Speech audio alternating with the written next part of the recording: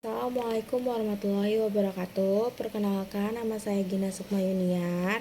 NIM saya 1124 10 969 dari kelas C05.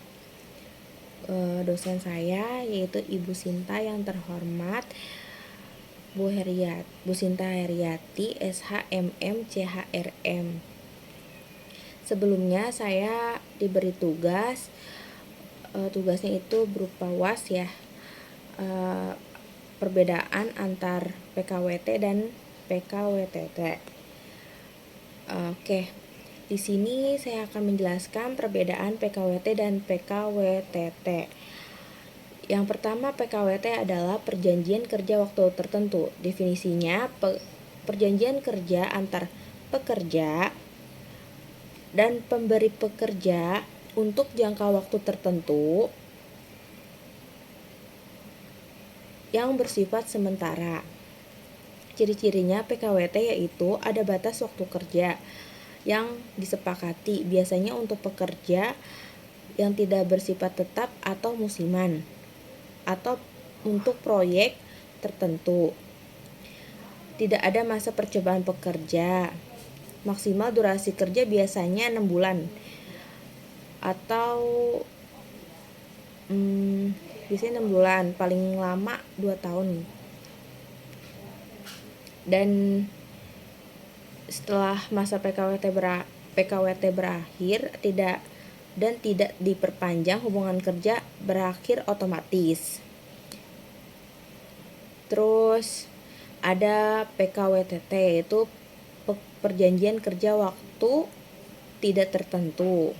Definisinya yaitu perjanjian kerja antar pekerja dan pemberi pekerja untuk waktu yang tidak tertentu atau biasanya disebut sebagai karyawan tetap.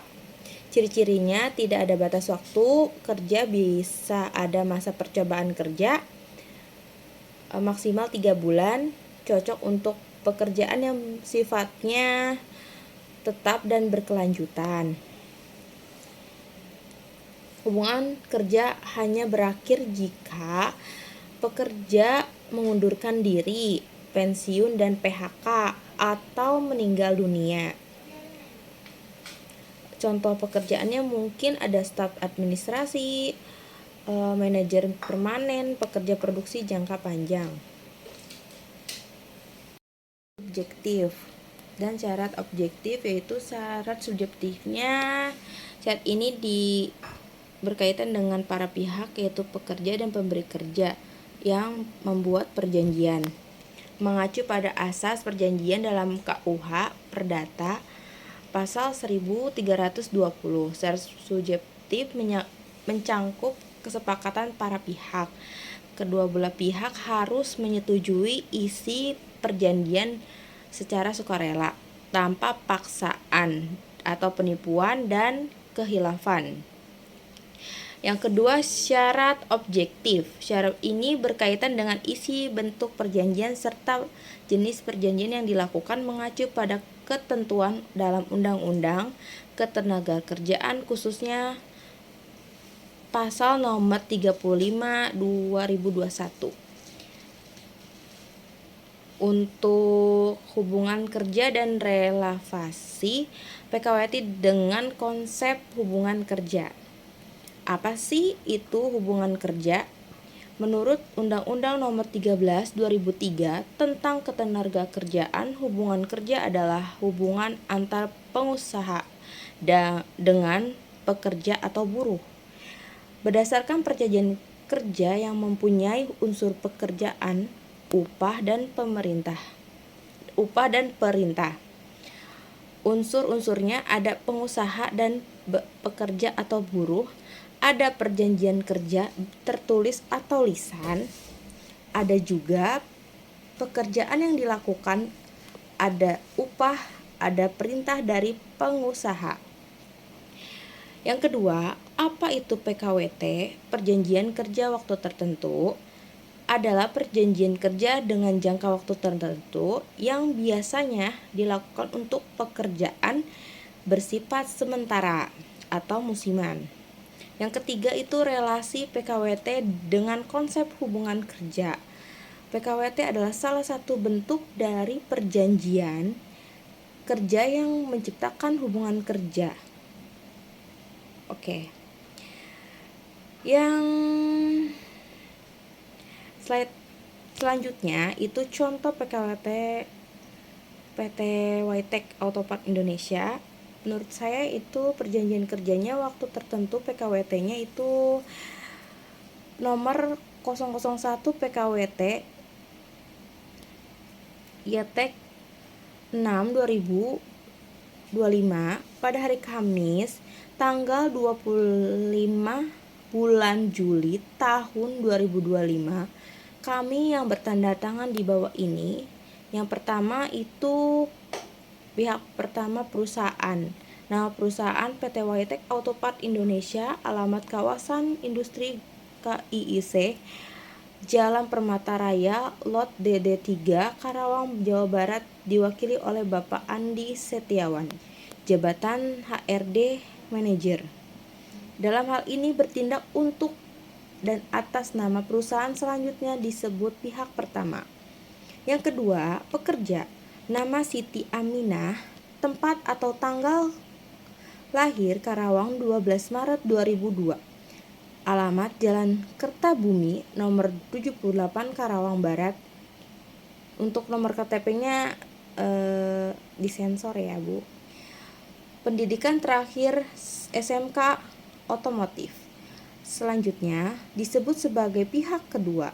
Pasal 1, jenis pekerjaan. Pihak kedua disepakati untuk bekerja pada pihak pertama sebagai operator produksi yang berfungsi menjalankan mesin produksi dan melakukan pengecekan kualitas komponen otomotif sesuai SOP. Yang kedua, pasal keduanya yaitu jangka waktu. Perjanjian kerja ini berlaku selama 6 bulan mulai tanggal 1 Agustus 2025 sampai dengan 31 Januari 2026 dan dapat diperpanjang sesuai ketentuan perundang-undangan yang berlaku. Yang ketiga, pasal 3-nya itu hak dan kewajiban pihak kedua.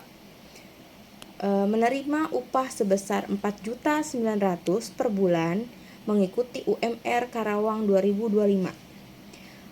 Sekarang sudah naik sih, sekitar 5.600.000. Menerima tunjangan makan dan transport harian sebesar 25.000 per hari kerja. Mendapatkan jaminan BPJS Kesehatan dan BPJS Ketenagakerjaan. Berhak atas jam kerja, lembur dan cuti sesuai dengan peraturan perusahaan. Untuk kewajiban pihak keduanya, yang satu melaksanakan pekerja sesuai dengan instruksi atasan, menaati peraturan perusahaan dan menjaga disiplin kerja. Yang ketiga, menjaga kerahasiaan informasi dan data perusahaan. Yang keempat, tidak melakukan tindakan merugikan perusahaan. Hak pihak pertama. Yang pertama, menilai dan mengawasi kinerja pihak kedua. Yang kedua, memberi sanksi disiplin jika pihak kedua melanggar aturan. Yang ketiga, mengakhiri perjanjian sesuai ketentuan hukum. Kewajiban pihak pertama. Yang pertama, membayar gaji dan tunjangan tepat waktu. Yang kedua, memberikan fasilitas kerja yang layak dan aman. Yang ketiga, menjamin hak-hak tenaga kerja sesuai Undang-Undang Ketenagakerjaan. Untuk opini saya yaitu PKWT dalam praktisnya sering tidak sesuai dengan prinsip etika bisnis, yaitu tidak adil, tidak transparan, dan tidak lepas tanggung jawab. Meskipun legal, praktik yang sesuai menyimpang dari semangat hukum justru merugikan pekerja dengan merusak ekosistem ketenagakerjaan. Sekian dari saya. Kurang lebihnya mohon maaf. Assalamualaikum warahmatullahi wabarakatuh. Berikut bukti 5 poin dari PPT saya.